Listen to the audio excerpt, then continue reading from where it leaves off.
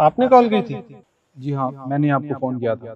अच्छा, तो आप अपनी माँ जी को 1 महीने के लिए वृद्धाश्रम छोड़ के जाना चाहते हैं? जी हाँ, मैं अपनी माँ को 1 महीने के लिए आपके आश्रम में छोड़ना चाहता हूँ। दरअसल बात यह है कि मुझे और मेरी वाइफ को आउट ऑफ कंट्री जाना पड़ रहा है बिजनेस के सिलसिले से, और आसपास हमारा कोई रिश्तेदार भी नहीं रहता जो मेरी माँ का ध्यान रखे। तो बस इसलिए मैं चाहता हूँ कि मेरी माँ 1 महीने के लिए आपके आश्रम में रुके, और 1 महीने बाद आके मैं इनको यहाँ से ले जाऊँगा। ठीक है, कोई बात नहीं। माँ जी, आप आइए, मैं आपको आश्रम दिखा देता हूँ।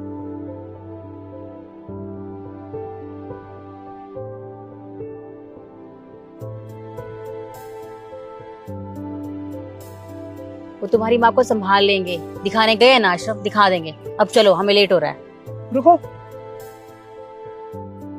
आपने अपनी माँ को सच सच क्यों नहीं बताया? क्या? ये क्या बोल रहे हैं आप? क्या कहना चाहते हो? अरे बेटा, मैं ये कहना चाहता हूँ अपनी माँ से आपने झूठ क्यों बोला? अरे कैसी बातें कर रहे हो आप? भला मैंने अपनी माँ से क्या झूठ बोल दिया? मुझे पता है बेटा, मेरे बेटा बहू भी यही कहकर गए थे 4 साल पहले कि हम तुम्हें लेने आएंगे। आज तक लेने नहीं आए मेरे को। मैंने फोन पे बंधन कितने फोन मिलाए, लेकिन कोई जवाब नहीं आया। इसलिए कहता हूँ बेटा, अपनी माँ से झूठ मत बोलो। अंकल जी, हमने आपसे कोई सलाह मांगी, कोई ज्ञान मांगा आपसे? फालतू में क्यों बकवास कर रहे हैं? हम का टाइम खराब कर दिया हमारा। तुम क्या इनके बकवास सुन रहे हो? चलो यहाँ से। अरे बेटा, आश्रम बहुत अच्छा है, मुझे पसंद आया और मैं यहाँ आराम से रह लूंगी। तुम मेरी चिंता मत करना। और हाँ देख, तू मुझे यहाँ छोड़ के तो जा रहा है, पर इसका मतलब ये नहीं है कि तू अपनी मनमानी करेगा। गाड़ी थोड़ा धीरे चलाना और बहू का ख्याल रखना। आपस में झगड़ा मत करना दोनों। माँ, आप हम दोनों की चिंता मत कीजिए, और शिखा की तो बिल्कुल भी नहीं। मैं गाड़ी भी ध्यान से चलाऊंगा और आपकी बहू का भी ध्यान रखूंगा। पर हाँ, आप भी अपना ध्यान रखना। ठीक है बेटा, चले। नमस्ते मम्मी जी, चलो। बहन जी, एक बात पूछूं आपसे? मुझे पता है आप मुझसे क्या कहोगे। यही कि मेरे बहू बेटा हम मुझे लेने के लिए नहीं आएंगे। फिर बहन जी, इतना पता होते हुए भी आपने उन्हें जाने दिया? और मैं क्या करती, माँ हूं ना। एक माँ अपने बच्चों की खुशी के लिए सब कुछ करती है। मैंने उन्हें पाला पोसा, इतना बड़ा किया, पर मुझे नहीं पता था कि मेरे बच्चे मुझे यहाँ वृद्धाश्रम में छोड़ जाएंगे। अरे माँ बाप अपने बच्चों के लिए क्या नहीं करते, वो सब कुछ करते हैं जो उन्हें सही लगता है।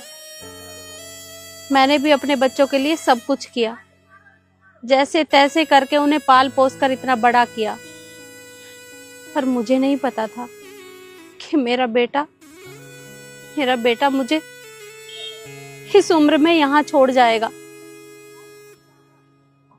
कोई बात नहीं बहन जी, घबराओ मत। भगवान की दुआ से बहुत ही सुख शांति है यहाँ। लेकिन एक बात समझ में नहीं आ रही हमारी में, ये जो आजकल के बच्चे हैं, हमारे भविष्य है। हम सोचते हैं कि हमारे बच्चे हमें सहारा देंगे बुढ़ापे में। इनका सहारा देने का तो तरीका ही और है। ऐसे ही मेरे साथ हुआ था बहन जी। बहन जी, वैसे मैं सब भूल गया हूँ, मेरे साथ भी यही हुआ था। बहुत अच्छा वृद्धाश्रम है, बहुत ही अच्छा मन लगता है। अब मैं दुख सुख सारे कुछ भूल गया हूँ। बहुत अच्छे बाग है, हरियाली है, बहुत अच्छा मन लगता है। मैं सबको भूल गया। अब घबराओ मत, भगवान का नाम ले और सब खुश रहे। जब उनके बच्चे बड़े होंगे तब उनके आंखें यही बात आएंगी, देख लेना एक दिन। आज मेरी आत्मा कह रही है। अरे नहीं नहीं, मैं नहीं चाहती कि मेरे बच्चों के साथ ऐसा कुछ हो। अरे कोई भी माँ बाप नहीं चाहेगा कि उनके बच्चों को वृद्धाश्रम का मुंह देखना पड़े।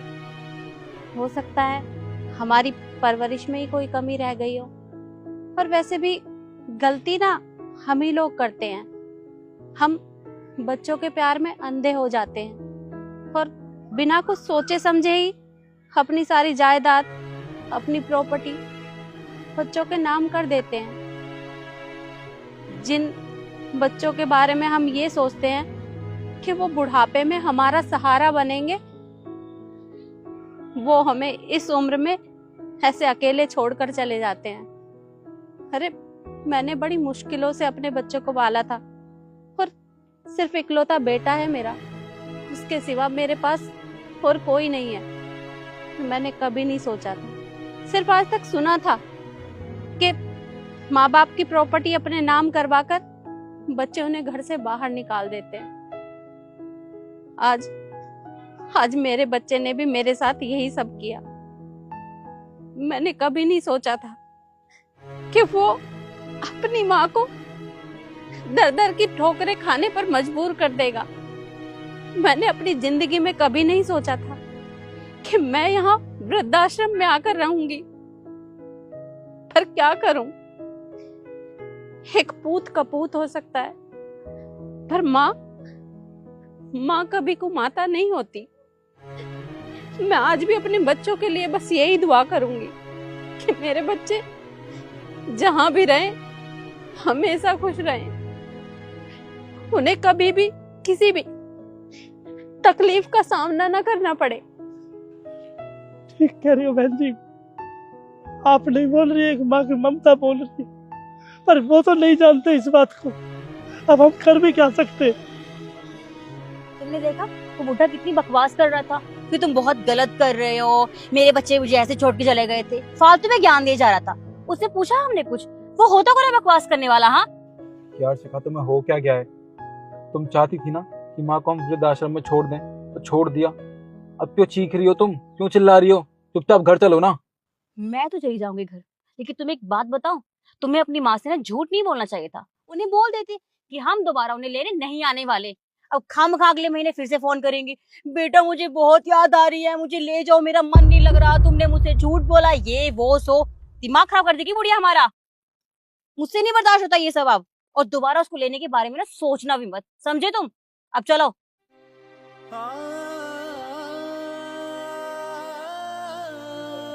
चलो चलते, मैं दिखाता हूँ पापा।